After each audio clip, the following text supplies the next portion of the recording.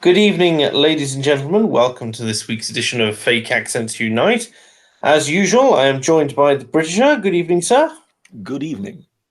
And this week we have special guest. It's a member of my Discord. Links in the description if you wish to join the Discord. But this member is a long-time viewer, subscriber, has bought several mugs from the Unpopular Opinion store over time. And I thought I'd open things up. So he was the first one to come and ask to come on the show. So welcome, Staff Sergeant Sniper. Thank you very much for having me. No trouble at all. I imagine it's quite useful to have an American on this week. Pray tell, what's your stance on? I couldn't possibly imagine why you would. No, I do. Opportune to have an American on this particular day. Oh, it just sort of falls that way sometimes. What is your particular opinion on a certain El Presidente of the United States at the moment? Roughly put, he is an orange fool that the other folks make me continue to have to defend. Marvelous. Of course, the big news this week being that as of tomorrow or today, I think it was today, he came in as Queen and to have his second state visit of his. No, this is his first state visit. The previous one was a working visit. It was not officially a state visit. Oh, that's your right. Semantics. It's the second time he's visited the UK in the role of the president. How's that? Yes, that is correct. Yes, it's as close as we get there. So the first time round, this was after all the furore when the speaker had kind of gone out of his way to say that he wasn't welcome here and so on. That it was kind of clear one wanted to sort of keep him out of the way because one also realized there would be massive demonstrations and so on. That was, of course, the first time the Trump blimp came out. So at that time, one had it at Blenheim Palace. Whereas this time around, it's actually properly at Buckingham Palace. Are they going to resurrect the balloon? The balloon has been resurrected. Already have done in an unusual way. Well, there is the traditional activist way, but it appears that the British Broadcasting Corporation, the BBC, has purchased one of these balloons and erected it on Victoria, Derbyshire, in the morning. Yeah. Also described by me as the Bodicea of the British Broadcasting Corporation. Yes. And they had it. It's prompted a huge. In fact, I have a tweet here from a friend of ours, Shinobi Yaka, who has done a tweet about this with a lovely screenshot, which is what I want to show you. Here we are. So if I screen share this, marvelous. Apologies to Staff Sergeant Sniper, who is on his phone and won't be able to see this properly for a little bit. But yes, here is the blimp, which did appear on Victoria, Derbyshire there, dominating the room, don't you think? Yes, just a tad. You kind of do wonder what goes through the heads of these people, and it also kind of puts into perspective Victoria, Derbyshire in past performances. This is happening on the show that is named after her, and therefore one can assume she has a considerable amount of editorial control over that particular show. So, when you consider past, let's say, interviews she might have given, some very friendly ones and some very hostile ones, when you see that she's actually there hosting the Trump blimp, you get an idea that perhaps she is not necessarily the most neutrally minded person in that regard. That's just wonderful what they've done to her set there. I've gotten YouTube up on the laptop, so I'm lagging behind, but wow. Yeah, and you just look at it and you go, as Shinobi puts it, like, how is this acceptable for a corporation which is state funded and certainly has in its what do they call it? I like the words are escaping me. I'm going manifesto, terms of service. Neither of these apply. Be in the mandate of the BBC, in the charter of the BBC. Thank you, British, for saving bacon once again. In the charter of the BBC is a pledge to be impartial and to provide honest and impartial coverage, and this just flies in the face of that. Well, you see, I think this is one of those cases again where they just kind of fool themselves into thinking this is just a reflection of what everybody thinks, because everybody within their bubble thinks that way. Yes, that's something that Tim Pool likes to discuss. That Twitter has become such a bubble, at least for the journalists, that they really do think that Twitter is normal, even though it's not. But when it comes to the BBC, is even as I look at it from over here, I go, yeah, neutral where? And I mean, the US has much less stringent libel laws, than we have over here. We're quite severe when it comes to defamation and that sort of thing. But well, it's my understanding that it's very, very, very hard over there to actually nail a journalist on defamation. Over here, it's relatively. It's much easier than it is in the US. Yes, yeah, I've heard the same thing. Yes, it is supposedly much more severe here than it is in the United States. Okay, fair enough. But again, of course, this wouldn't fall under defamation or anything. This is just ridicule. This is just mocking. So effectively, they're not putting out anything as fact about Donald Trump that isn't true. They're just putting a figure in the studio that makes him look ridiculous. So as he's such, sorry? He's got a point. That's very true enough. In order, as long as you can keep it opinion, you can't really be touched. And putting up a balloon is just them expressing an opinion. Yeah, I mean, one of the things that the BBC does, this is, how shall we say, this is one of the sort of tricks of the trade. What they do is they have a weekly program. I mean, once upon a time it used to be on BBC One. Nowadays it's relegated to the news channel, whereby they deal with complaints. So they pick pretty much at random almost. They pick some complaints that they've received on certain news issues and then deal with them. But that's just it. They simply deal with them in the manner of, oh, and here is the editor of such and such news department, and what do you say to that complaint? And then that person says, no, completely wrong. The BBC was totally right in its approach to do this, yada, yada, yada. And then they move on to the next issue. Sometimes they don't even present a counter-argument. They simply read out the complaint and move on. But therefore, they can kind of tick a box whereby they say, oh, should people complain about these sort of things in the spirit of, neutrality and whatever, impartiality, we will even give voice to the complaint somewhere on a program that nobody watches, somewhere hidden away on the news channel. And, this is just it. Sort of these institutions and governments and whatever, they have got ways in which they can say they have dealt with it, even though they completely ignore it.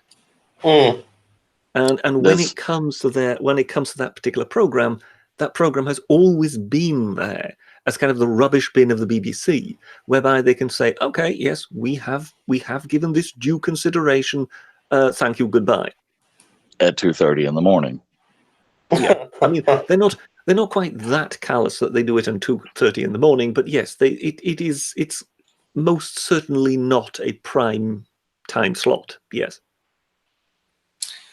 The thing is, you've got the BBC doing this at the same time. Sadiq Khan put out a video for Elle, I think it was, like the fashion brand, where he stands there and very unconvincingly talks about how Trump is a racist and a misogynist, and really what he's doing is pushing women back, and like the only he also makes comments about things like the abortion laws, which have just been introduced. I cannot remember for the life of me which state it is.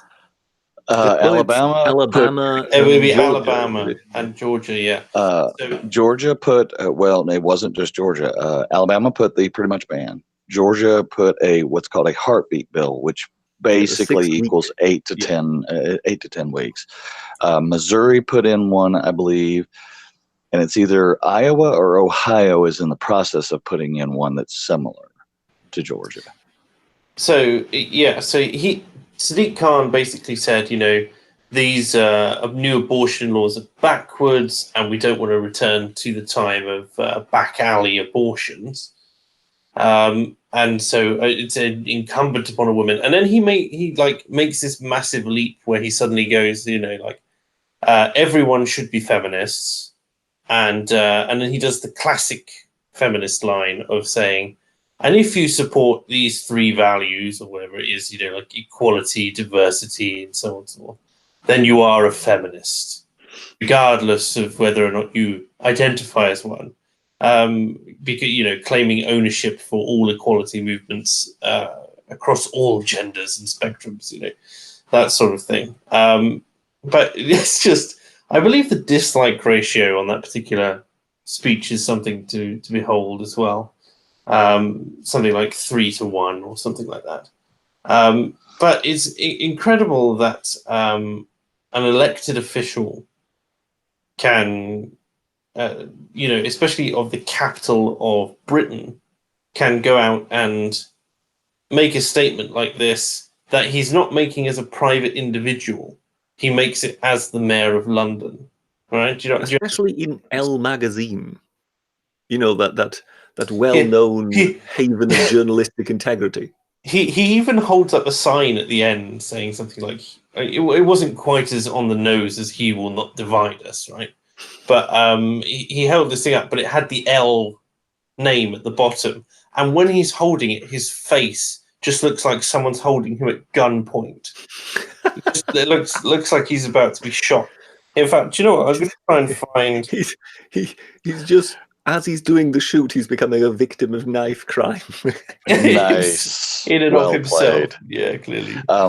I'll point out Halsey apparently is in the chat, and he corrected me. It is Ohio, and then Object of Hate says that Louisiana is going to do one as well. Oh, good grief! Yeah, I personally think that the president more than likely would prefer these things not to happen.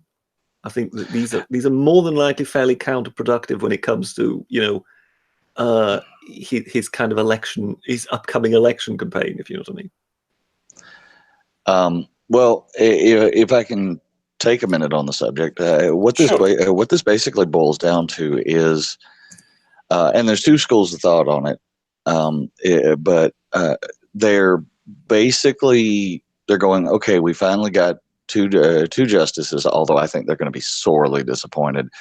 It's time to make a push and see where we really are, because honestly, when it comes down to it, the country, this particular country, is split about half and half on the issue. It bobbles back and forth, but it stays. It's much like Brexit in that it's just a little bit one way or a little bit the other, depending on the mood that month. And so Alabama is straight up making the push of, all right, let's see where we really are. They're not going to like what happens. Kavanaugh is not as strong as they want to think on this issue, and I don't think Roberts even allows it to be put before the court.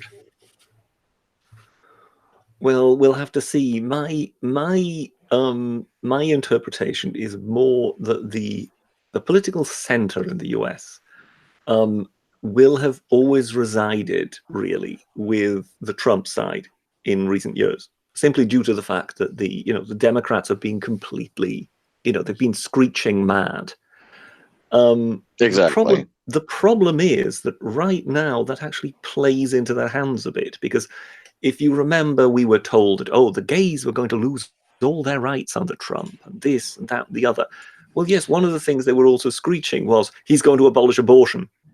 Well, they seem to keep for a start they assume that his hand is in it. Right? Yes, There's not which it very much isn't. Devolution of power. I mean, just because Britain is becoming a totalitarian, top-down controlled state doesn't mean that the US already is, although they obviously assume it is. Well, yeah, but what I mean is the top man is always going to take the flak for something like this. Oh, obviously. And the fact that effectively something that the screeching left in a way prognosticated in their complete hysteria.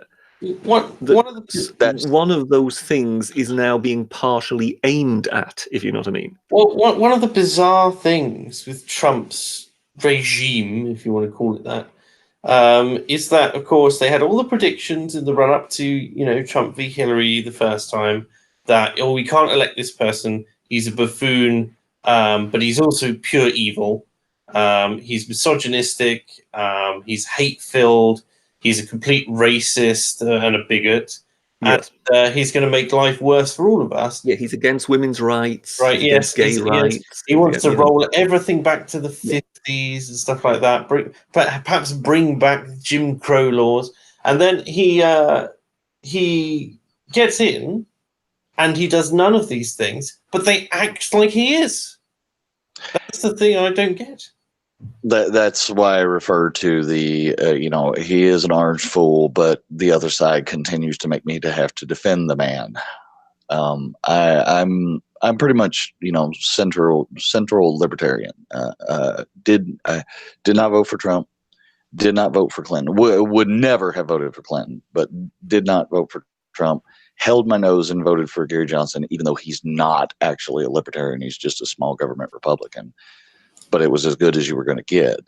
And the longer he's president, the more it's like, oh my God, I may actually have to vote for this guy next time.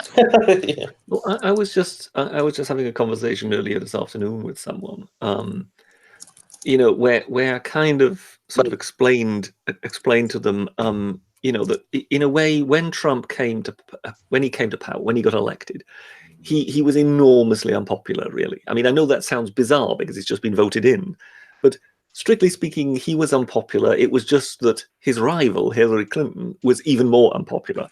So very much so. He lost. He didn't win in the popularity stakes. He lost in the unpopularity stakes. That's how he got in. That's an interesting way of putting it, yes. Now what we have is, from what I believe, the best unemployment figures in the US in 50 years. It's 73, I think. Yeah. So I mean, this would include, therefore, the Reagan boom. So this is doing, at the moment, better unemployment figure than in the Reagan boom. From what I understand, he also has got the lowest black unemployment since records began. Now, one never knows how sustainable something like that is, but Bill Clinton is sort of credited with the line, it's the economy, stupid. If you have got that going for you, you tend to win elections. If at the same time your opponents are absolutely crazy, that will only further help. And so to me, it looks fairly certain, unless he shoots himself in the foot, which he has got the capacity to do, unless he sabotages himself, to me, it looks fairly certain that he will win the next election. What comes then is, I believe there has already been some agreement. It hasn't gone through Congress, but there is a basic agreement with the Democrats and with Trump about his infrastructure program.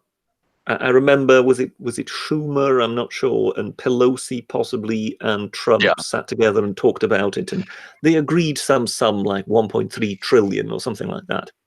Now, I think it's fair to assume that money won't really be starting to be spent until really after the next general election, after the next presidential election.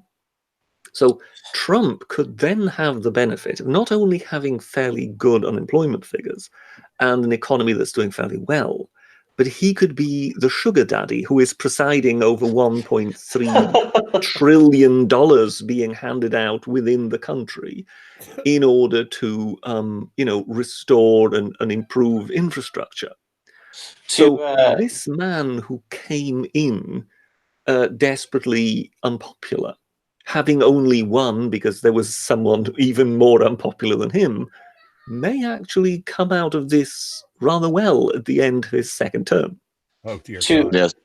And we're joined as well. I've just invited Halsey English into the chat, who runs Halsey News Network. Welcome, Halsey. Well, thank you very much for having me, but I'm going to have to burst your bubble a little bit. Number one, this is why I brought you on, man. Number one, Trump's going to win a second term because the Democrats want him to win a second term as much as the Republicans do. Okay, why would the Democrats wish to? They are getting everything they could have ever asked for that would have been shot down had a Democrat ever suggested it. Trump is now the immigration president. He calls himself that. He's going to triple H-1B visas. He's going to allow more people in from all over the place. He signed the most disastrous immigration bill to get 1/8 of what they originally told him they'd give him for the wall. And he's not even building it. The guy has done nothing. The only Republican bill that he signed in was a tax cut, which literally every Republican would sign in the minute they get into office. So, okay. Counterpoint to that is Paul Ryan. Paul Ryan kept him from doing anything else. It doesn't matter. He doesn't even try. The most he does is he pays a little bit of lip service. He's not out there campaigning for any of this stuff. He's out there tooting his own horn at rallies and tweeting in the middle of the night about how somebody's a duty head or something like that. But in what way does that actually, in what way does that actually contradict anything what I just said before? Because you're thinking that he's going to pull a switcheroo, and in his second term, he's going to start actually being like the Trump that people voted for, but he's not. No, and you know what the proof is that they want him to win? What I said is that he has got a massive amount of spending lined up in his infrastructure, infrastructure bill, which seems likely to go through Congress, in which he is going to be able to spend a huge amount of money internally in the United States of America. There's no way they'll push it through. No way, no how. None. Well, zero. Any infrastructure bill is good for the Republicans and it's good for the country, but it locks up trillions of dollars of spending that the Democrats can't do. If you watch every single Democratic candidate, all they're doing is promising more spending, more spending, more spending. They want universal health care. They want universal college. They want universal daycare. They want to spend money like crazy. And if you think that they're going to spend $3 trillion on something as silly as, I don't know, modern roads and airports, no, that would be assuming that they're not politicians and actually give a shit. No. They'll come up with every reason under the sun why they can't work together on those things. The Democrats can poison pill it anytime they want, so can the Republicans. All the Republicans have to do is use the words right to work in the bill, which means that it's not going to be union labor. The Democrats will 100% vote against it. And all the Democrats have to do is guarantee that it will be union labor, and the Republicans will vote against it. The infrastructure bill is as silly as the idea that they were going to do comprehensive immigration reform. It just won't happen. It's and we've watched this over and over and over again. This is what the Democrats and Republicans do. They make it seem like they're about to work together on something that we all really want, and then they blow it up at the last minute, start calling each other names, and start moving back to issues like guns and abortion and things that really polarize people and get them to the polls for the next election. But the proof they really want Trump to win is that 20 Democratic candidates, each one more loony than the next, jumped in. And one of them would get it. And you know what would happen if, let's say, Cory Booker or Gorilla Harris or any of them, if any of them got the nod, right? They would start from day one calling Trump a racist, and they would work that right up until Election Day, until everyone was afraid to vote for him because they were afraid of being Hitler. So what did they do? They got the crustiest, creepiest old man, white man, might I add, to jump in the race and take over as the front runner when the guy can't put together a coherent sentence. Okay, the fact that it's going to be old white man versus old white man at a time where the Democrats hate old white men is just further proof that they absolutely want him to win. Because old white man versus old white man, Trump wins hands down. Oh, it's times like this that I really wish that perhaps I knew more about American internal politics. The so it's just really difficult to comment on something like that. But there is a silver lining. Go on. Available on halseynews.com next week. You could get "Where Did the Bad Biden Touch You" dolls, which we're having a contest. We're going to add more dollars every day to the pot, and the first person that gets one on camera at a Biden rally is going to win the pot. So get your "Where Did the Bad Biden Touch You" doll at halseynews.com coming up next week. Strong. What do you make of Trump's visit to the UK, Halsey? You've been following that?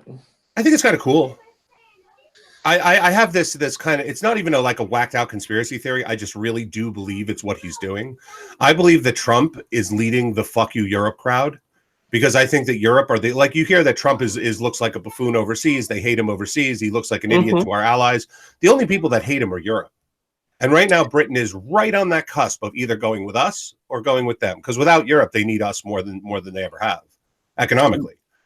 So yeah, there's an interesting thing, because it just seems it's really hard to gauge the Trump sentiment in the UK. Everyone I've spoken to seems a bit seems to either be raving mad at him or just not bothered. They're just like, it's just it's the democratically elected leader of another nation. He's either an idiot or he's just getting by. He can do what they want. They're Americans, or they're foaming at the mouth, going, it's a sign. It's a sign. Tories are in here and Trump's in there, and Boris Johnson looks like he's going to end up, leading the Tories here. And if he's running the show on this side, we've got the most ridiculous prime ministers and presidents the world has ever seen. I mean, ignoring, of course, all the ridiculous stuff that happened under previous leadership. But you just get this idea that the nonchalance, as it were, far outweighs any real feeling about the Americans. What do you think, Britisher? Is it different in your part of Britain? Well, I'm not quite sure what you mean with a nonchalance. Like, most people don't really have an opinion of him. They don't really care. And the ones who do, I see them foaming at the mouth, but that's about it. Hello? Trump's asking Britain for a leap of faith, because the Brexiters are still the majority, in my opinion. And I think in a lot of people's opinion, even if it's a slim majority, they are a majority. Okay. And he's asking for a leap of faith. If the Brexiters trust him and tell Europe to go screw, then America can brace the any kind of economic turmoil that's going to have from a hard Brexit. And I think that's what he's there to tell them. That's what I personally think. I will agree with Halsey on that end, that I think he's already said that pretty much on camera twice. The last time he was over there. Can you hear us, Britisher? Yes. Yeah, for a moment, briefly, before you kind of faded out quickly. I don't know if anybody else had that experience, but you disappeared just briefly in mid-sentence. It's your senility coming on, I'm afraid, man. Well, must be that. The touch of the old dementia. What was what were we saying? We were talking about Trump, how like most people in the UK don't really care when it comes to like the Leave Remain arguments side of things, and where Trump falls down on that. It like this country just politically it hasn't moved. It's as divisive a topic as it's ever been. In my opinion, like all of the polls seem to claim a massive swing for Leave or a massive swing for Remain, and all of the quote revealed preference, as much as we can get that, which comes about in things like the European election, we really see very little shift, very little. Well, yeah. If I may take a very Britisher position on this, for every Britisher was a Remain voter, if I'm not mistaken. You were a Remain voter. AA was a Remain voter.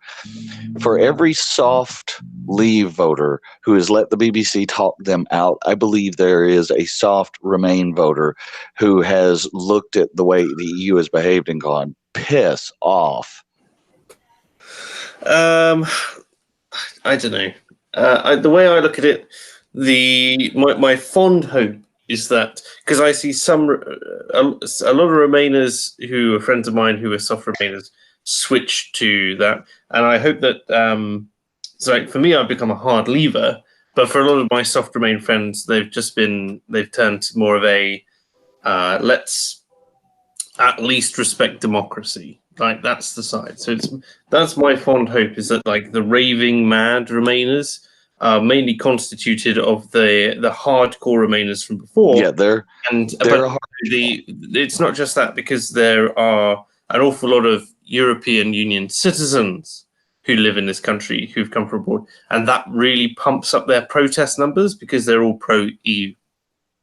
Because they think that they're going to lose their citizenship and any rights that they had, and it's all going to be terrible, and they'll all be homeless or like swimming the channel to get away from us if Brexit happens in a way that doesn't leave us shackled to the EU, which it won't, obviously. I mean, think about it. Trump's even playing a little bit of royal politics while he's over there. He's basically perfectly fine with them leaving the trashy black actress at home. You know what I'm saying? And the Queen is all more than happy to do it. You could tell she didn't like that chick from the beginning, you know, and now she's like, oh, I'll be happy to sit with Trump and have lunch. And he's like, yeah, leave the other one at home, you know? I'm going to go through a few super chats, see what we come up with here, because I don't want to get too far behind. So Bakuta Pterodax jumps in and says, just had an argument with some socialists on Facebook who believe, not think, but they believe that it is okay to murder right-wingers. The disturbing thing is, one's actually a police officer. I mean, socialists got to do socialism, right? And it's kind of key. If they're happy to steal from people to get what they want, murder's not too far down the line from that. I mean, really. Pinochet did nothing wrong. Sorry. The longer this goes on, the more I think Pinochet did nothing wrong. He did do nothing wrong. But it does remind me of a story which I think Mr. Pterodax here is hinting at, which he sent me earlier today, which is that a band called Kildren, which was supposed to play at Glastonbury Festival, which is one of the largest music festivals in the UK, decided that it would host this band, and then they've withdrawn the offer after they had a song called Kill Tories. Tories are conservatives. Their invitation was after their song Kill Tory Scum was criticised because it includes the lyric, Tory genocide is the perfect outcome. Yeah, but if I had any... Oh, sorry, go ahead. Socialism always ends in a stack of corpses. I mean... There's been kind of punky bands and what have you that have done crap like that over here, but wow. Like I don't know. I don't know. What I'm saying, if I had any musical talent and I made a song called "Kill the Commies, Kill Them Now," you wouldn't listen. Come on, let's be realistic here. You know, we don't like the commies any more than they like us. You know, we know what happened. I wouldn't kill the communists, Halsey. Yeah, eventually you'd have to. Because it's there, the communism does not end in happy days ever. There's never been a time ever in history with any example that I could possibly give you where communism has not turned into an us or them scenario. It's you either are going to go along with it and be eating the zoo animals within a couple years, or you're going to fight against it because you're going to realize you have nothing else to lose.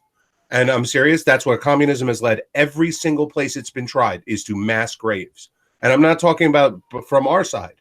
It's from their side. And they when they say kill the Tories, kill the right wingers and all, they mean it. We like to think that they're just like Trump derangement syndrome. They're all crazy, whatever. They actually mean it. But it is funny because the people who've eaten them effectively have been their own side. So you get the Joe Cox Foundation, which was set up after the named after the Labour MP who was murdered over here, talking about how we need to call out this kind of language and to return to a more civil way of being able to debate difference of opinions without having to resort to threats and intimidation. They, of course, claim that this peace would not exist. This peace would not exist at all if the destructive and violent policies of the Tory party hadn't taken such a long and devastating toll on the UK. But this is how they're winning. is because they have redefined violence at this point, where right now my words are considered violence. My thoughts are considered violence. Meanwhile, they're taking 9-month-old babies out of the womb and killing them. They're castrating children under this idea of like whatever it's not quite that bad over here in the UK. But the abortion thing isn't, but the whole, I don't want to get you in trouble, but the whole like fluidity argument is the idea that they're coming after your kids and the idea that they're punching people in the streets and throwing milkshakes.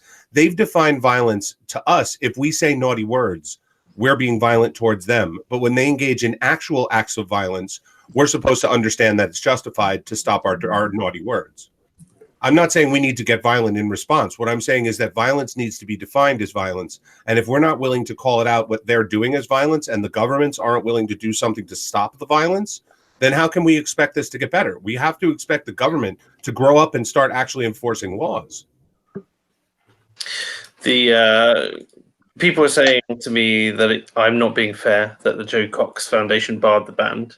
I said, yeah, that's what I mean. I mean that they are eating their own side when it comes to this sort of thing. But I'm curious, like, on the one hand, I'm like, freedom of speech. If people want to listen to them, it looks like they had a small set that they're in, like, a tiny little stage on one side of the thing at 1:30 in the morning for 45 minutes or something like that.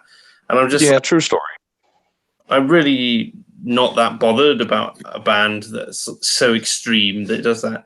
And there is the fine line, isn't there, between incitement to violence and artistic expression, especially when it comes to music and that sort of thing. I wouldn't, there's a reason why the guy, I don't know, like the guy who claimed to have been influenced by Catcher in the Rye, right? Like there's a reason why you prosecute him and not the guy who wrote the book that inspired him. Do you know what I mean?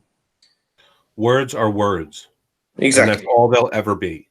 And you listen, if you say to somebody, hey, go kill that person right now, then yeah, that's different. That's not just words. That's a command, so to say. But if you're just saying words, like, remember when you were kids, we had that weird expression, sticks and stones may break my bones, but words will never hurt me.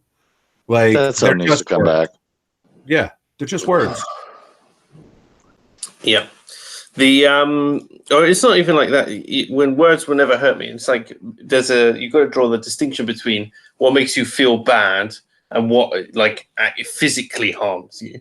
And there's also got to be that distinction of what constitutes incitement, what constitutes harassment, and what constitutes like one mean comment that made you feel bad.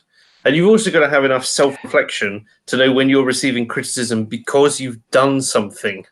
Do you know what I mean? Yeah. Well, that's actually a good point, because if you think about it, back to the dreaded Gamergate thing, a lot of this push where words are now violent starts with criticism as harassment. Yeah, you disagree with me and you're being violent. Yeah. Well, no, it started with legit criticism was harassment, right? Yeah, like you hate women, so you're saying X. Yeah. Moving the goalpost. It was all about your ethics are shit, and then as soon as they heard that, they were like, no, you just hate women. You just you're saying these things. There's no legitimate criticism. It's all a dog whistle to misogyny online and so on. And it's just like, hey, you're changing what the topic of the discussion is about now, aren't you? I love this dog whistle thing. I love this dog whistle thing. Who was it pointed out recently? British, or was it you pointed out that? No, it wasn't. But somebody pointed out recently that only the dogs can actually hear the whistle. That's funny. I like that. Yeah, that's fantastic. The moving along, Tim Cornish says, nothing poignant to say, just keeping wind in the sails. This makes my Monday. Well, thank you very much, Tim. Your support's always appreciated, with or without the financial edition. Architects of Fate says, Reddit, the Donald, sent £2,000 of salt. I think it was 3 tons, so it was £6,000 of salt, to CNN. That's yes, funny. and they did it in such a smart way, because like if you buy a pallet of salt and a pallet of salt shows up at CNN, then they just refuse the shipment. It's a one and done. No, they literally mailed 5 pounds, 10 pounds, 15 pounds here, there, and yonder until they got to close to 3. It wasn't quite, but it was close to 3 tons. They're very lucky though in the environment we live in, especially with the Patriot Act. When you start sending pounds of powder and granulated stuff to people, like you're crossing that murky area where, that could be considered like almost a terroristic threat. So I think they were probably smart enough to leave it in the actual store package. I'm just saying they're very lucky it didn't go, because how CNN loves to make a big deal out of nothing. Like they could have made a big deal out of that. You wonder how many people were involved. It's suddenly like when it's 5,000 people sending salt. It was hundreds anyway, or just hundreds of people. How difficult is it to track them all down and prosecute them all at the same time for the same thing? But there's a continuation to this. So Architect of Fate says, would you consider inundating the BBC headquarters with tons of Trumpy bear orders as to give them a good realization? I don't know. I don't know whether I want to send the BBC something of value. That's the thing. Britisher, any comments on this one? I'm cogitating on the very issue. I don't really think sending lots of teddy bears to the BBC would really fulfill any function other than to give them some kind of charity run and take the credit for it. Yeah, the juice wouldn't be worth the squeeze. Or they'd give themselves. All you're doing is giving them a story to run on the hate-filled people who sent them soft and cuddly presents to make a point. With the included note for your safe space. For your safe space.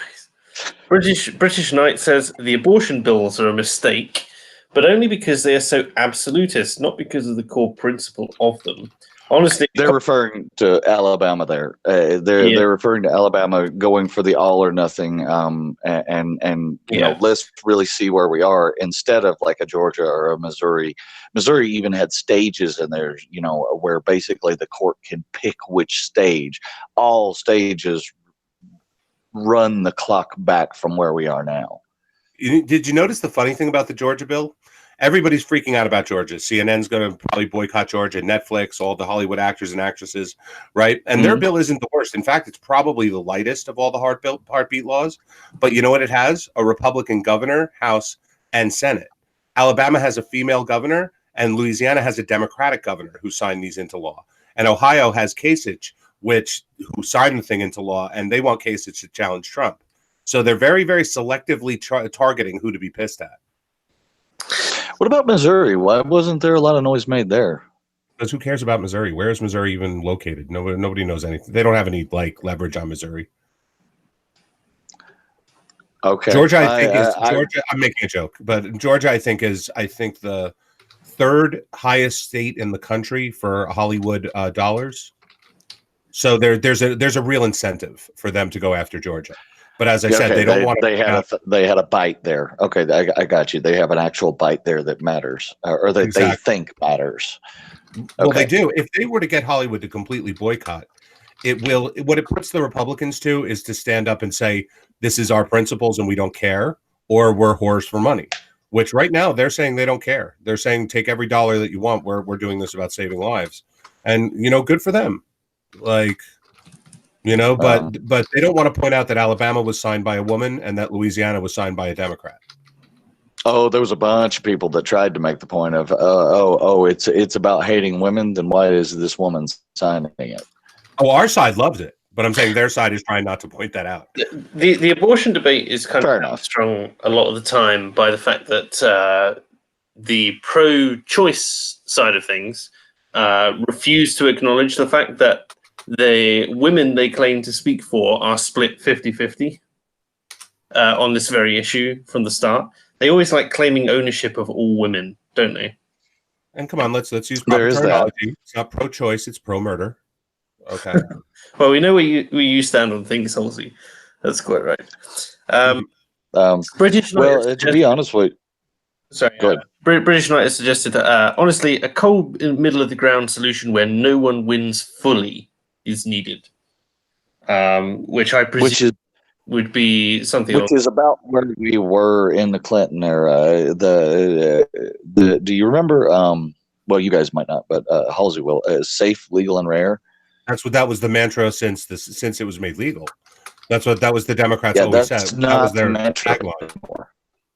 That was no. Now that's it's not the on mantra demand. Anymore. Now it's on demand human right.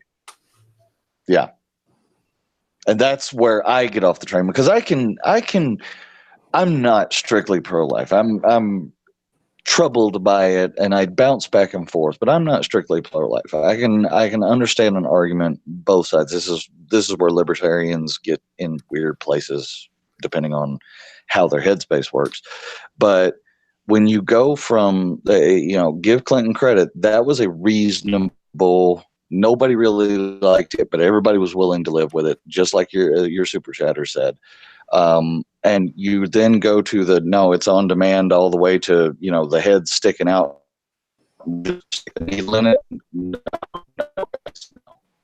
You roboted pretty bad, man. Sorry.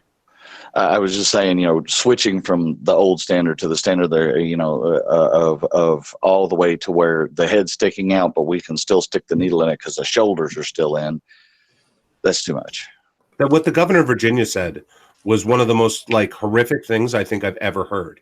He's like, we'll revive it if necessary, swaddle it and make it comfortable, and then have a discussion with the mother on whether to kill it. This is after a baby's already been born. I don't want to get too bogged down in the abortion debate. It really deserves its own stream, and the American side of things is apparently pretty saucy for the time being. But moving on, this question for Britisher. So Liberal Zardos says, does Britisher think Trump's a bit like Caligula? Well, so far he has not made a horse a senator. He hasn't built any giant pontoon bridges in order to prove his uncle wrong. He hasn't murdered his family. Yes. So far he has not taken to murdering members of his family or sleeping with his sisters that we know of. And I don't know, is he actually known to have, to have a sort of massive surveillance state in the making? So just the opposite. So I don't know. I don't really see Caligula in Trump. Nice. He is very fond of putting his name in gigantic letters on the sides of buildings. Yeah, but he's good at that. Do that? So, who wouldn't do that if you could? Claim it's a franchise, and then Caligula didn't have his name in giant letters because he actually only really was called Caligula when he wasn't around. He was one of those emperors who hated the nickname the rest of the world gave him. I'm going to give you guys something fun to think about. Every time you see Melania Trump, right, and you look at her face, this occurred to me one day, and I've never been able to get it out of my head. She always looks like she's trying to figure out who in the room just farted. That's what she always looks like she's trying to do. She has this something stinks, and she's looking from person to person like, was that you? Or was that you? Like that is constantly what her face is saying in every situation she's in. Just next time you see her in a situation, look at it, and it will not be able to get out of your head. Kind. It's like, what do we have as our equivalent? Oh my God! What? Hello? Hello? I should assume so. I think we lost him. I think we may have lost Sniper there, but hopefully he comes back. Harry Channel says one of SCOTUS. SCOTUS is the Supreme Court, right? Yeah, Supreme Court of the United States. Yeah, one of SCOTUS's key values is respect for precedent. I predict that these laws will be overturned at the district level, and SCOTUS will not hear them. Neural development align well with Roe. Yeah, well, it's how do you put this? You need 4 justices to sign on to even put something in front of the court, and this is what I'm saying. They need Roberts or Kavanaugh to even get it between the court, and I don't think they're going to get either one of them. I mean, they've already left a major decision on abortion to the lower courts and refused to hear it. So, you know, it could just be that they punt, and we're never going to get the challenge to Roe v. Wade that the pro-life side wants. Which I will say this, from the pro-lifers' point of view, it still tells them what they want to know. If this really is about where are we really at, well, that tells them everything they need to know. I want the challenge not because I believe America is going to make abortion illegal everywhere. I want the challenge because I think, number one, it should be left to states to decide. And number two is I really do not like the idea that it's considered a right to have an abortion. So I don't. There's no such thing as positive rights in my mind. I don't see the right to anything. It's more like freedoms from. I mean, so Craig H says, Rob or Boris? This one will be one for me and Britisher. I want Rob. Thoughts? Yeah, go ahead. Go ahead, Britisher. Well, I mean, Rob basically is kind of known for among the political watchers. He's known as kind of an ardent Brexiteer who's always been one. He's also been one who basically, has. I remember reading a book of his once when it was effectively about, where are our laws coming from? Should we be having this much legislation, whether it's European legislation or otherwise? But the problem with Rob is if you stop just basically the normal man in the street and ask him whether he wants Dominic Raab as Prime Minister, he will look at you and go, who? Hey guys, I got to jump off. Thanks a lot for having me on, and thanks a lot. And can I it's great. Can I say something to the chat real quick? Sure, go for it. Guys, I see that you guys are being really generous with the super chats. Keep them coming, because without your support and without your help, people like Mark and Britisher and everybody, they can't do this as often as they would like without your support. So the more that you can support independent media, the better it is for everybody. So please keep them coming if you can, guys. Oh, thanks, dude. And pleasure to have you on, man. Take care. Take care, guys. On that note, actually, congratulations to the Britisher for not being demonetized for once. Yes, I got an ad this morning when I watched it. More than likely, it all got lost in the upheaval yesterday with YouTube not working.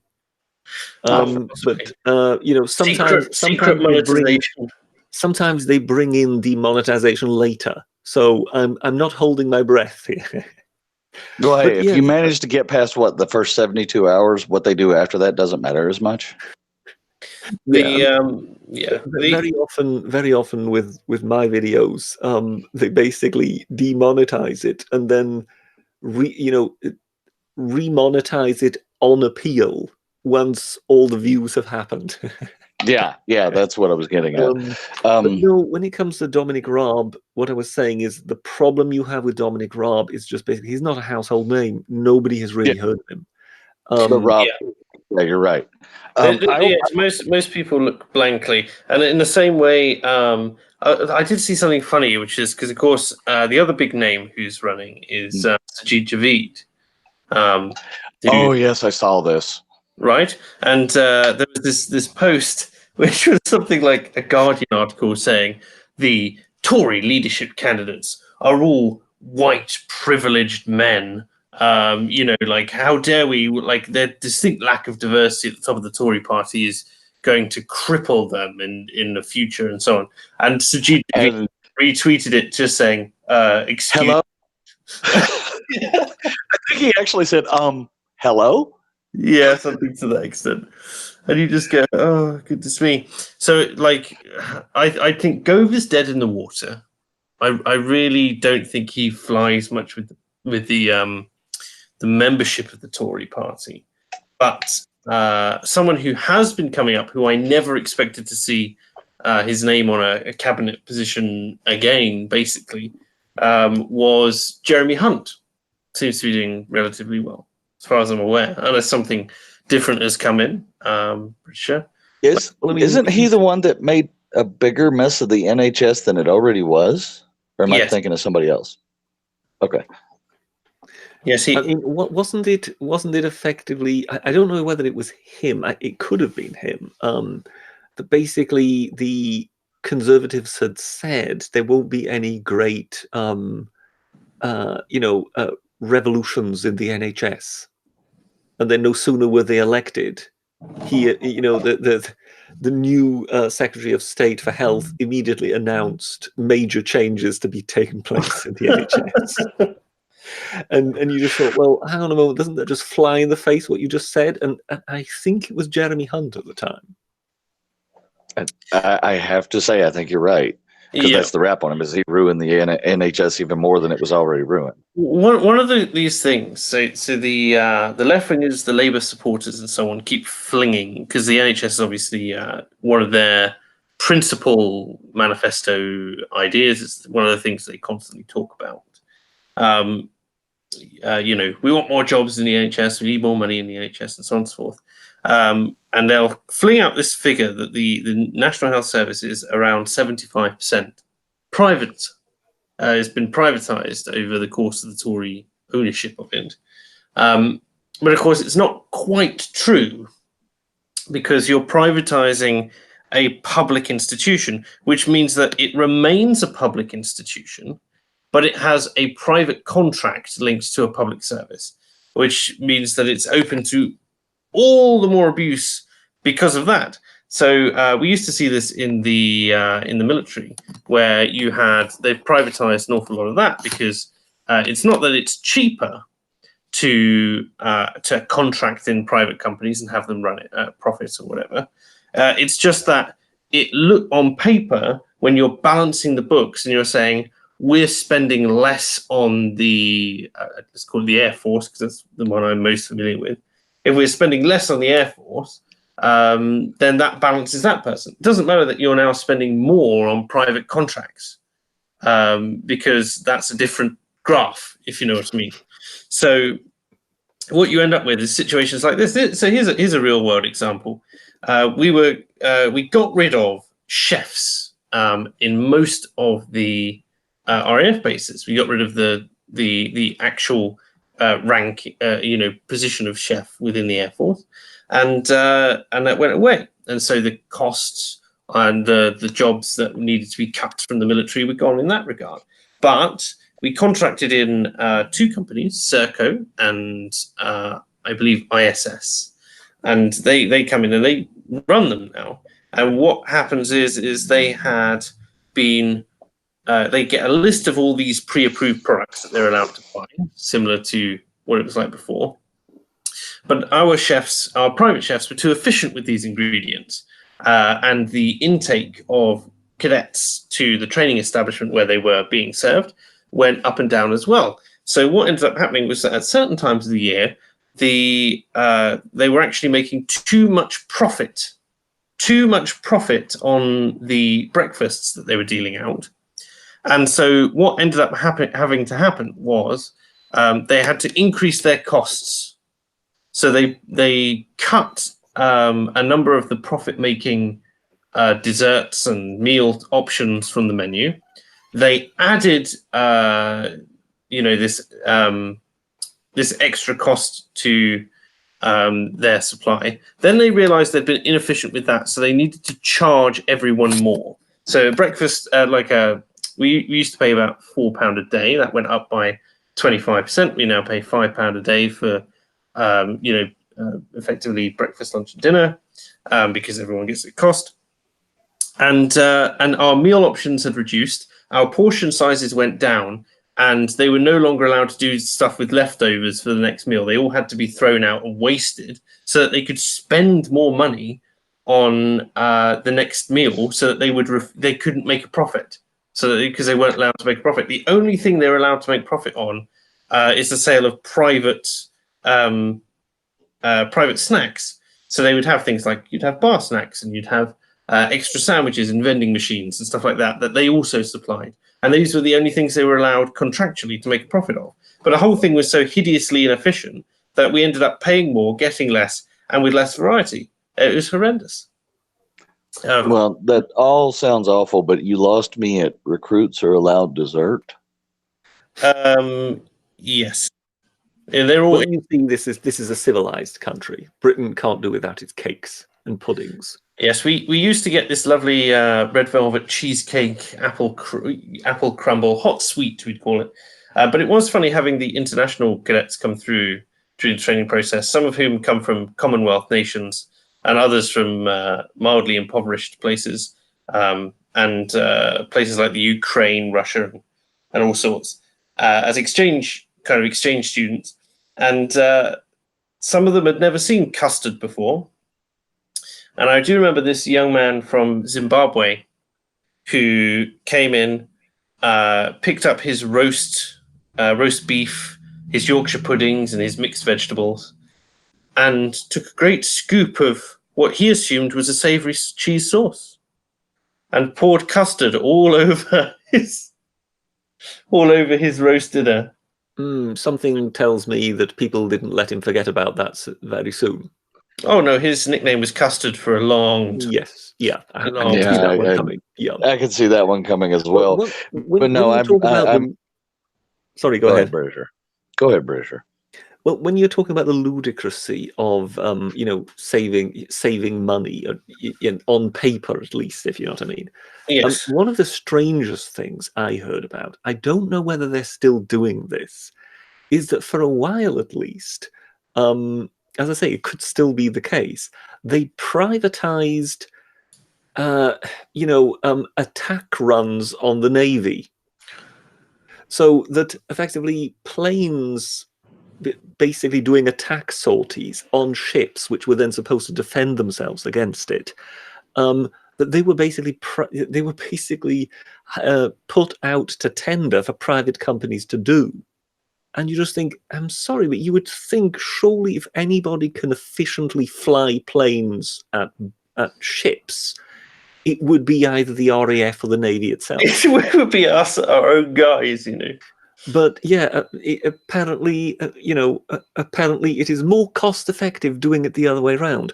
And I somehow have got the feeling it's precisely what you just described. Oh yes, it's due to budgeting reasons and this, that, and whatever, that it comes out better that way than it actually saving any money, because I just can't imagine it can. It's more expensive. We did this test. We worked it out just for the base we were on, and I won't mention which base, but it was there were, because they do it by inches, right? Every time they're like, oh, let's pick a new section of a particular base and do it, and that way we have a graph of us incrementally reducing the costs, right? Not to mention the fact that these contracts take far too long to put together and are filled with loopholes which companies will exploit or make actually the work untenable. Things like, as I've mentioned many times before, the washing machine situation where there were 100 washing machines in a warehouse and we couldn't get one until they ordered a new washing machine and it had arrived, even though because they weren't allowed to be at a surplus contractually. It drove us mad.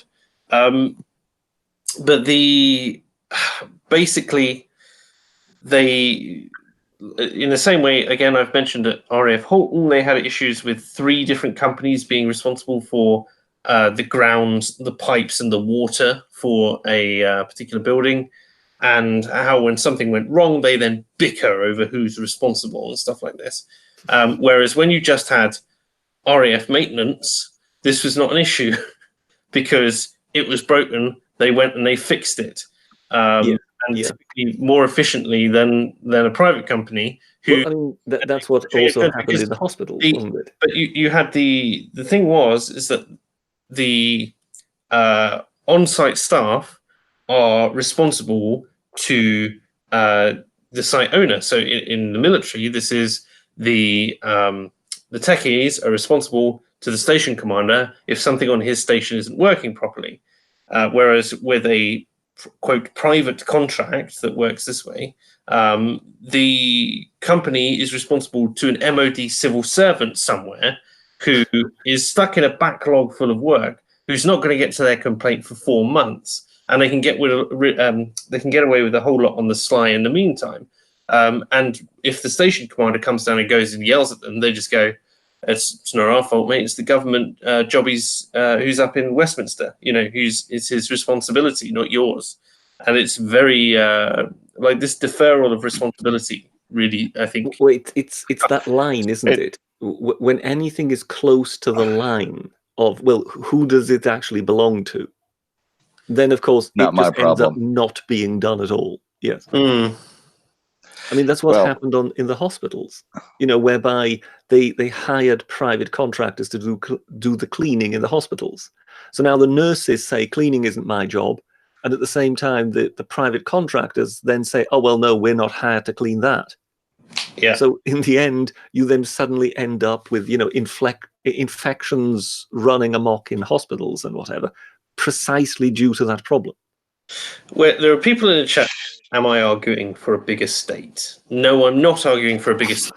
What I'm saying is that by the state claiming to be shrinking itself, it is in fact making itself larger, more convoluted, and more bureaucratical, with less effective.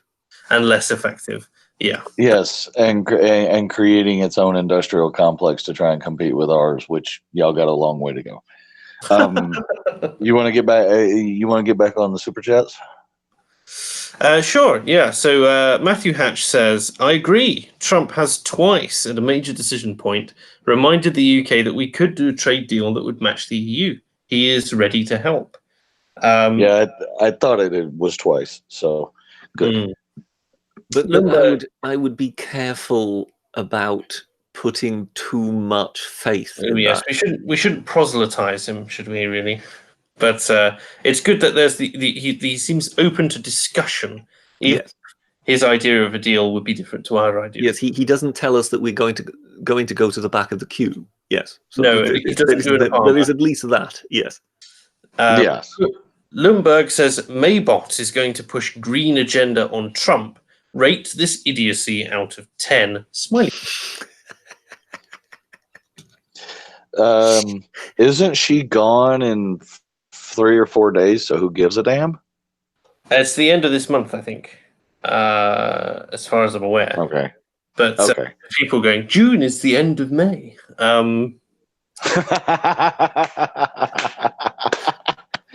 Have you not heard that one yet? I thought it was all the rage. No, I was busy working this weekend, so I've been a little out of touch. What was so remarkable is that on the BBC they had, they touched upon the fact that some scientists had, I say scientists, some academics. So who on earth knows? That covers a multitude of sins, doesn't it? That they had written to May in a joint letter demanding that she press things like global warming upon Donald Trump and whatever. And they had one chap who was kind of the spokesman who was being interviewed by the BBC for this. And what was so remarkable about it is this is one of the ways in which you can detect some of this doctrine and some of this dogma, is that they can fall back on themselves. So they start talking and then halfway through the sentence, they correct themselves and go back to the pre-prepared phrasing that they've already used 2 or 3 times in their own statement so far. So it's, one can definitely tell that it's sort of a very particular type of phrasing, and they've used that in their message, and they keep hammering that home again and again and again. And that's when you kind of realize that you are, in a way, talking to these automatons. This is not some academic who's actually just on the BBC freely talking, giving answers to an interview. No, this is an actor who memorized a script, more or less. Precisely. Interesting. By the way, I will contribute money to the legal defense fund of whoever goes and finds. Okay, the Tories are blue, Labor is red, right? Yes. Okay, whoever finds a Labor, y'all call it rosette, the Labor ribbon, paints a bunch of blue over like half of it, and makes it look like somebody's been washing the blue paint off, and hands it to May on her last day and says, "Here, I found your rosette."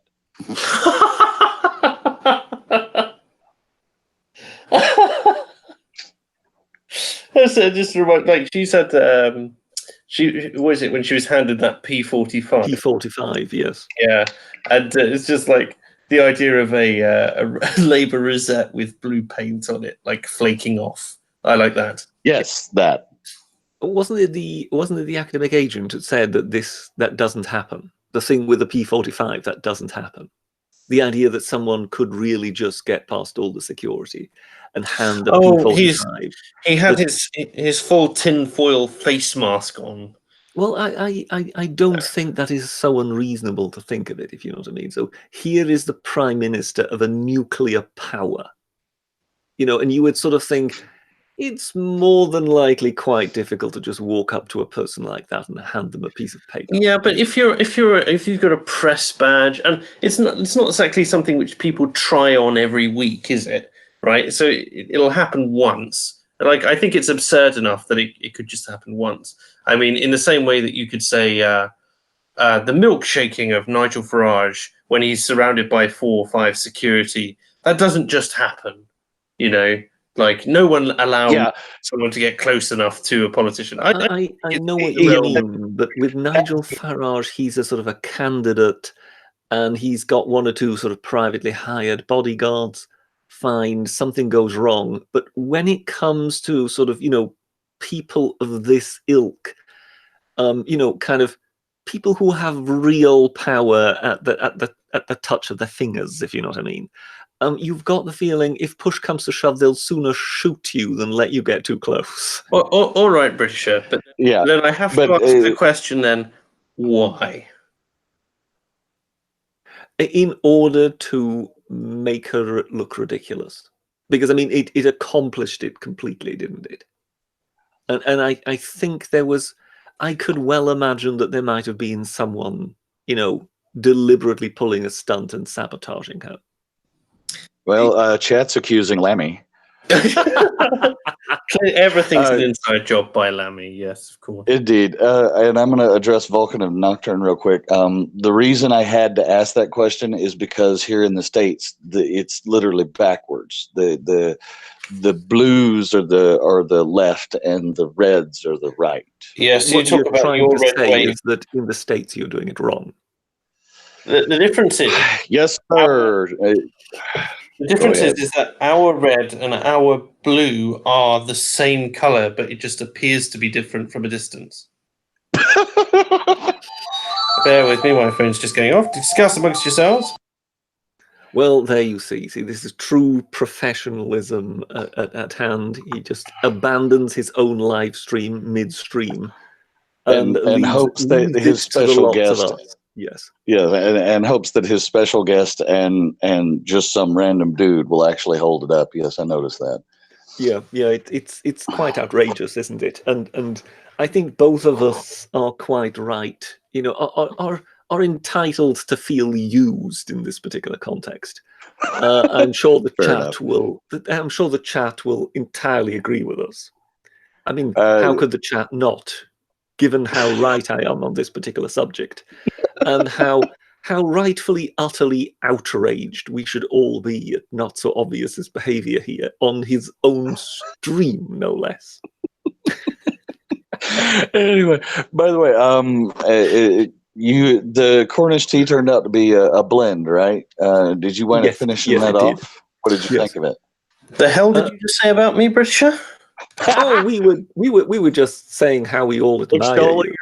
And of you on the edge of London. I cannot wait to listen back to this stream at this exact point and find out exactly what it was that you were. Oh, it was nothing but warm words, as I'm quite sure everyone will agree. There's a lot of warm is one way to put it. Believe anything. You're a disgrace, Britisher. You've always been a disgrace. But if there is a lot of outrage coming from the chat and general agreement with myself at people having to be outraged with you, then maybe you might get a flavour of it. We'll see. JS says, is Trump going to win in 2020? Who will he face? At this point, I don't see how he doesn't. And whether it's Biden or some dark horse will literally depend on how much Biden, I can't say that, how much Biden sticks his foot in his mouth. Well, when it comes to feet in mouth, then there is also the possibility of Trump doing that to himself. We always have to factor that in. But but the difference, Britisher, is that's a packaged in deal with him. That's a known quantity with him. What you got, and there's I think it may date all the way back to Lincoln about changing horses midstream. You know what you've got with Trump, and as long as Trump can just step back a little bit, the majority of the time, and just point at the crazies on the other side, he wins. Oh, I agree with you. I agree with you that at the moment it looks fairly bolted on for Trump. I would just say that the joker in the pack is Trump himself. His ability to self-destruct, I think, is ever present. But as such, I would say right now it looks as if it's an absolute certainty he'll win. Oh yeah, I moved out of the heavily blue state I was in into a red state just because I don't want to be in a blue state when he wins again. And they're all outside shouting at the sky. Among other things. Then again, the state I lived in, its capital is irrelevant, and its biggest city has a statue of Lenin in it, so that'll tell you where I'm from. Oh, it's an unusual thing to have, isn't it? A statue of Lenin. Yeah, it's downtown Seattle, by the way. I lived just outside of Seattle. I mean, we still have a grave marker for Karl Marx, do we not, Britisher? Well, yes, but that's a grave marker. Wasn't he actually buried there? Yes. A little bit of a different story. Down the road from the grave marker, yes. He has a nice ornate kind of ceremonial grave, which was defaced recently, I do believe. Yes, precisely. Yes, and one can't help but feel, as in, look, just leave the gravestones alone, folks. Stay out of graveyards. At least leave your politics when you enter a graveyard. Indeed. I mean, with all the defacing of things that has been going on and what have you, and you can make the different arguments for the different things, but it's like the monuments are there for a reason. Just leave them alone and move on.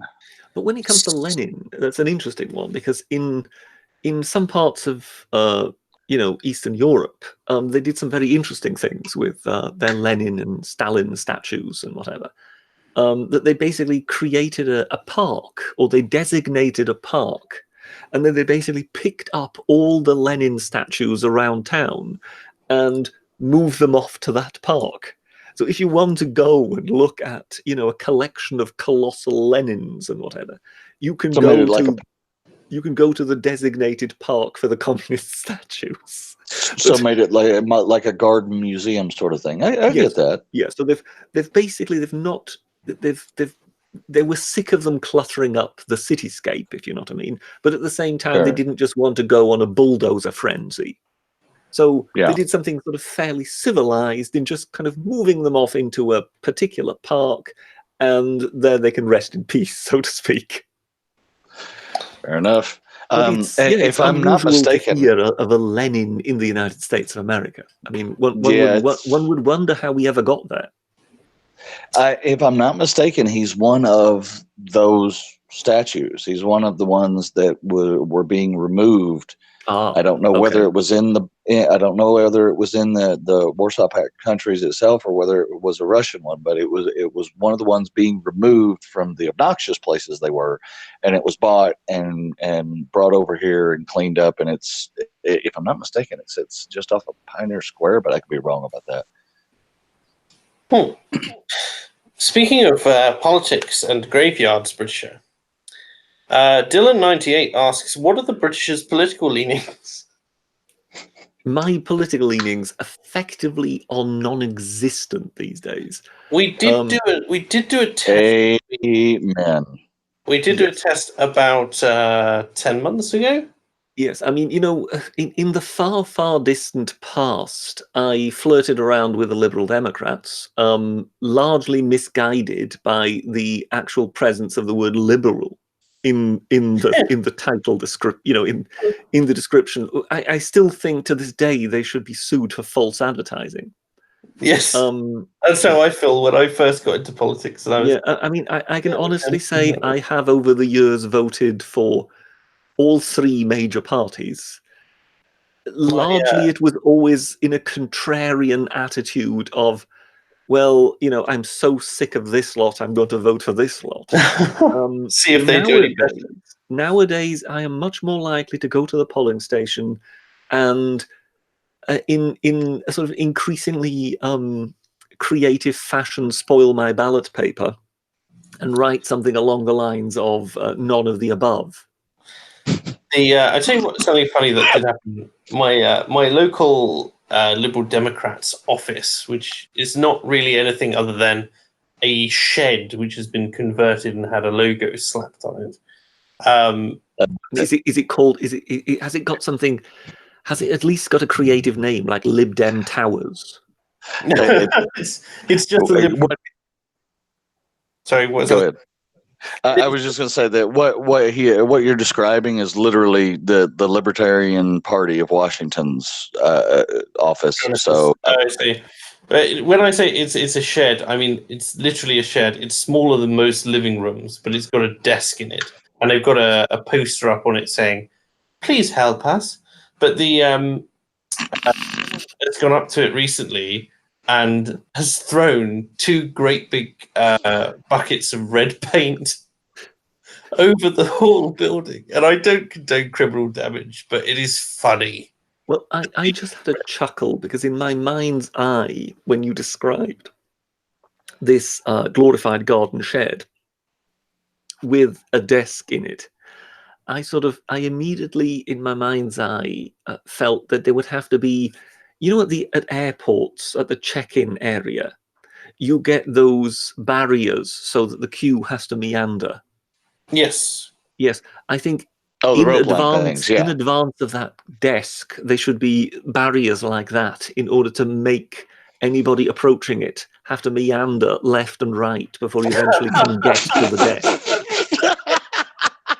You're assuming they get any visitors at all. There is that, but you're assuming they wouldn't just knock them all down.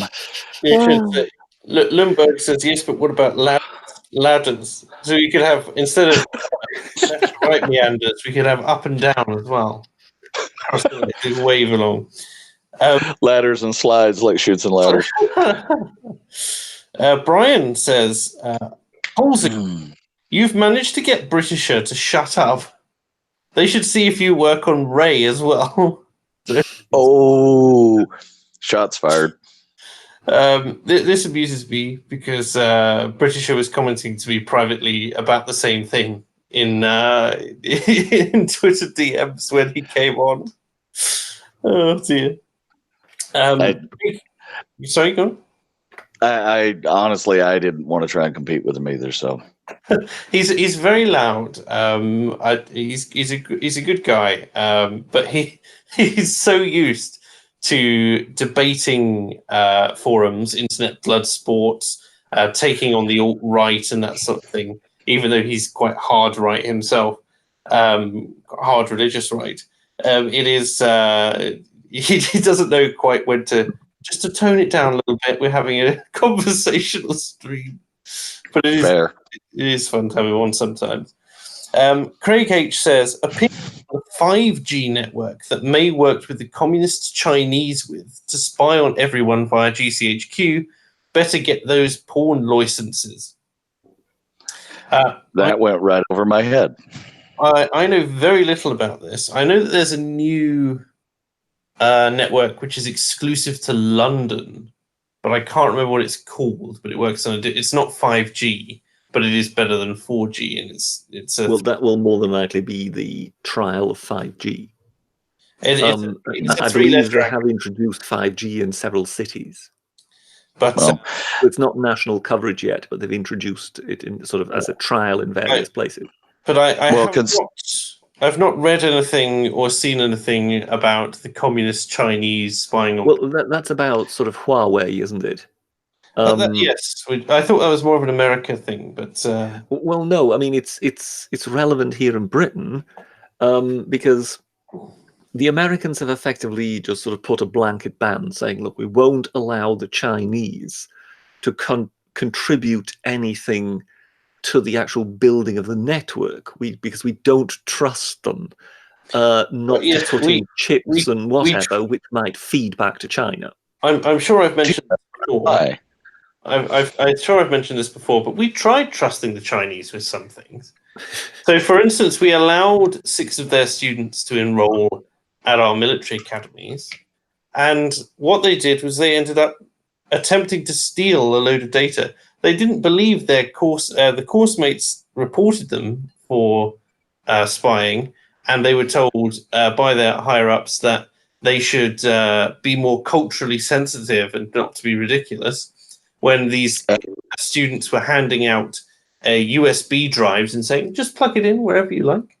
And this is where I point. You don't really have a military. And when it turned out that they were 81% of their free time down the road at the local military base with our ballistic missile installation and research center, and that when they went back to China after being outed and chased out the country, they have been under surveillance at a missile installation in China. So it's difficult to trust them when they do things like that. Well, all I can say is the implication that you are putting out here, making people infer that there might have been something untoward with these Chinese exchange students. Are you going to... I believe he's about to call you a xenophobe. Outrage. This is outright racism and xenophobia. Yes. It's cultural envyism, Britisher. Yeah, in order to get back to the Huawei thing, so basically the Americans have basically said, look, we just don't want them in our system because we can't trust that they might not put something in which at a later date they can effectively switch on or combine with something else and then make it communicate with them. Or even just basically have a kill switch in the whole thing. Yeah. The British, they have said, oh, well, the Huawei stuff is a lot cheaper because it's made in China. So we're much more open to it. We have looked at it. We have asked them to remove certain things, which clearly indicates that they were trying to put things in the first place. And we think it's perfectly safe as long as we keep that equipment at lower areas of security. So that basically you've got like a tiers of security. So the lower tiers of security could be served by some of this Chinese equipment, but the upper tiers of security could only be by Western brands. So you've got this kind of mixed message. The Americans saying categorically no, the British saying, well, possibly some of it, but they're already asking the Chinese to remove certain things. And then Trump comes out and says, oh, well, perhaps, access to be able to provide some of this equipment could also be part of a trade deal, which yet further muddies the waters. Yeah. Oh, joy. Well, with the way your government's been going, I'm surprised they asked them to remove it instead of just, hey, give us permissions too.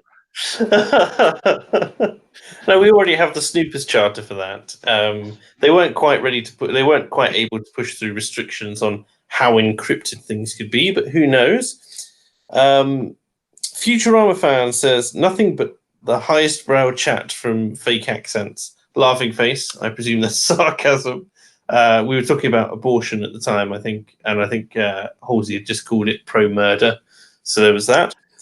And finally, our last super chat of the evening, Architect of Fate, says, government military contractors should be nearly abolished. Bring back all the old military jobs that have been co-opted by the inefficiency of the government trying to regulate the private sector. I think that was your entire point. I am firmly in favor of this because it costs less, and the military is, despite it being a part, like the military is sort of separate to the government, and one of the big failings that I see of the current military-industrial complex we have here is that the MOD runs too much of it, and that's a big problem. Yeah, I think one of our weaknesses has also become that with our being a much smaller country than the United States of America, our defense giant has effectively become one. BAE Systems. There was a huge talk about tri-service stuff when I was in. I still don't think it'll happen because the public backlash would be too great. But I wouldn't put it past governments doing it slyly. Do you know what I mean? Can you elaborate here? What do you mean with tri-service stuff? A tri-service would be the abolition of the Air Force, Army, and Navy in favor of a tri-service which does all the jobs. Oh, so it would just basically be armed forces, and that would be with a single rank structure and so on and so forth. So that would be so you'd be folding the Air Force back into the Army like it was at the beginning. Basically, it's the Navy was where it started, but that's right. You guys started it in the Navy. Our Navy is our oldest institution, but I suspect everything would be folded into the Army. It would be renamed the Tri-Service. Well, you can see certain advantages. I mean, I think it would more than likely be better left where it is.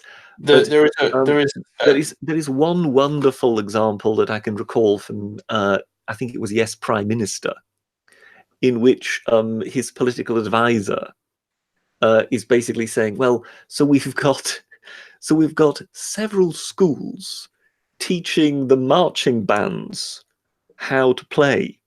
Right. And we can't train them all at the same school because some of them are Army marching bands, the others are Navy marching bands, and the others are the Royal Air Force. And she says, is there a Royal Navy way of playing the cymbals? The difficulty is that all the forces have a rich history of traditions, rankings, all the kind of different types of banter.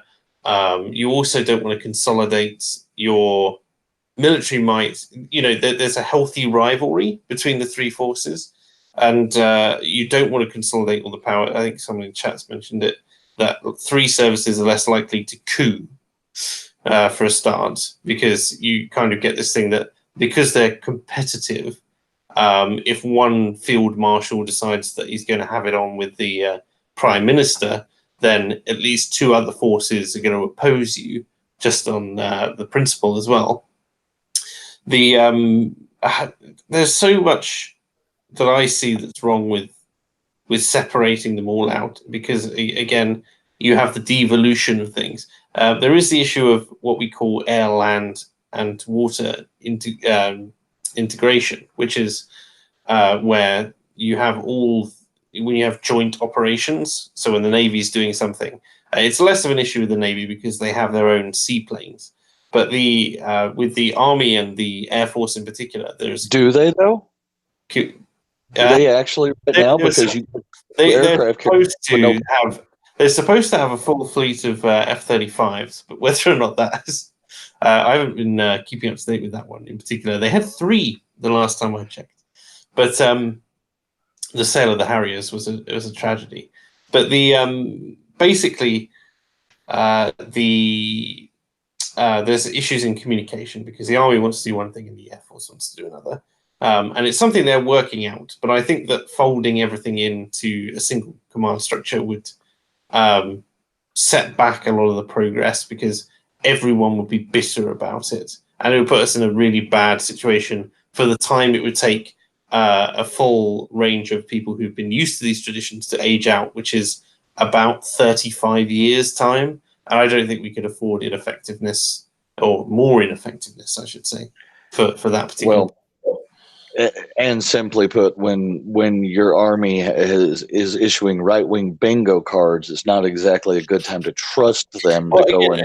Well, again, when you mention these sorts of things, it's it's a case of it's the MOD meddling, right? So this is going to be someone from higher up who's a civil servant, effectively, and the more of the military that gets privatized, so the more the MOD can exert influence, because if the army is smaller, the MOD influence is greater, because the MOD remains about the same size or grows with subsequent governments, and the current policy is to shrink the armed forces, and so you get a higher ratio of a lower ratio of civil servants to personnel. Not to mention, if the MOD is controlling all your laundry services, all your housing services, all your food, and all your all your uniform supply and everything, all jobs which previously had been handled in-house, then of course they can threaten to take things away that previously were kind of just considered to be beyond the pale. So one of the big reasons I think our military is failing is that kind of overreach. Okay, and to that, I have one question. When you start combining these three forces, who's going to wind up in charge of how it gets combined? Exactly. One doesn't know, because they haven't been able to work that out yet, and I'm not. It would be okay. MOD is our DOD, right? Yes. Our civilian DOD. Okay, they would be the ones doing it, and that's the last people we want. The people, yeah, but the people at the top of that are career military officers. But again, they're overly bloated and so on and so forth in terms of like the number of them bickering. Wasn't our MOD the department that oversaw our troops being moved to Iraq, but still keeping their bulletproof vests in Portsmouth? Yes, they bought the. And then when it then came to light that this had happened, we then got an explanation from the relevant minister telling us, well, it's not as easy as that. It's logistics are complicated. It just makes me want to tell him to shut up. And you just thought, well, when they do it well. You've flown all these men to Iraq in airliners, and you've basically shown us how they were kind of climbing the steps onto these planes. Yeah. Couldn't there have been someone next to a pallet at the time when they were going up the steps, just handing everybody a bulletproof vest? The other issue is they did exactly the same thing on the way out, to the point where we had to rely on the Americans' fast food vans because they shipped all the cutlery back to the UK before they shipped the soldiers. Right, so that's the level of it. The best one I thought was in Afghanistan, where they announced, oh, well, you see, we have found that moving all our army vehicles back to Britain would just simply be too costly, so we've decided to leave them here. To which they then, with such a public outcry, that they actually needed to move them whether they wanted to or not. Fair point, but I mean, this all I look at, considering what time of year it is. I listen to all these stories and I just go, isn't this supposed to be the nation that helped us mount the single largest land invasion ever of all time, and actually probably did a better job of it than we did? Yes, but you have to understand. You have to understand one thing about us. When the Second World War started, we were in a complete mess. Nothing was organized, nothing was ready, everything was all over the place. The thing is that we are famous for being kind of badly organized and underprepared whenever anything begins.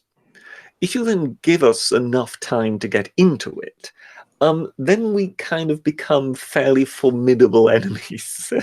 The problem is we kind of need a sort of wind-up time to get into these things. As we always do. If you expect us to actually be prepared and ready, just, like the rest of them, that's when you're asking too much of us. Wait, Roy Herbert just said in chat, we still had biplanes. Are you kidding? Yes, we did. No, we still had biplanes. Yes. Actually, the piece I made about Eric Winkle Brown was, kind of described how at the beginning of the war he actually was in a Gloucester Gladiator, and that's right. The Gloucester Gladiator is actually famous not for being in the southwest of England, but its most famous mission was actually on Malta.